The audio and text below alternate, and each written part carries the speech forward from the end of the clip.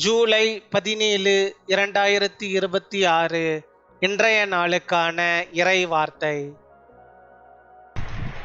கர்த்தர் உங்கள் வாழ்க்கையில் ஆனந்தத்தையும் நம்பிக்கையையும் அதிகரித்து உங்களை ஆசீர்வதிப்பார்.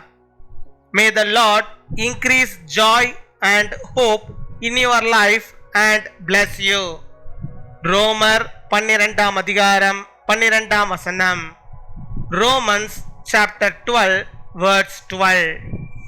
நம்பிக்கையிலே சந்தோஷமாயிருங்கள், உபத்திரவத்திலே பொறுமையாயிருங்கள், ஜெபத்திலே உறுதியாய் தரித்திருங்கள். என் அன்பு சகோதர சகோதரிகளே, கர்த்தர் உங்கள் வாழ்க்கையில் நம்பிக்கையையும் ஆனந்தத்தையும் நிரப்ப விரும்புகிறார். துன்பங்கள் வந்தாலும் நம்பிக்கையை இழக்காதீர்கள். பொறுமையுடன் காத்திருந்து ஜெபத்தில் நிலைத்திருங்கள். கர்த்தர் உங்கள் வாழ்க்கையில் நல்ல காரியங்களை செய்வார். உங்கள் நம்பிக்கை வீணாகாது. அவர் உங்களை ஆசீர்வதிப்பார். Be joyful in hope, patient in affliction, faithful in prayer. My dear brothers and sisters, the Lord desires to fill your life with hope and joy. Even when troubles come, do not lose hope.